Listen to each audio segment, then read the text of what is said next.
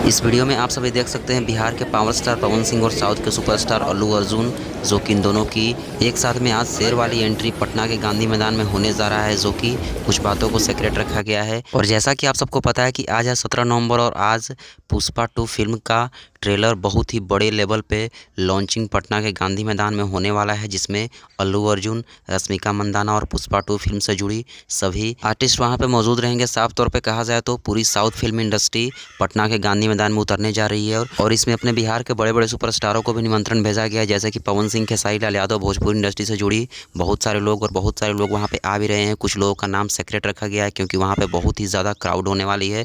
भाई पूरी गांधी मैदान आज फुल होने वाली है, जो कि अल्लू अर्जुन की एंट्री कुछ ही देर में पटना की धरती पर हो जाएगी और शाम को 5 बजे से इस शो का स्टार्टिंग कर दिया जाएगा। और पवन सिंह, खेसारी लाल यादव भी इसमें अपनी एंट्री ले सकते हैं, जहाँ तक उड़ती उड़ती खबर आ रही है। और भाई अगर ऐसा होता है तो भाई तबाही होना तो पक्का है। एक साथ में पवन सिंह और अल्लू अर्जुन जब लॉलीपॉप गाने पे डांस करेंगे तो वो माहौल देखने वाला होगा भाई।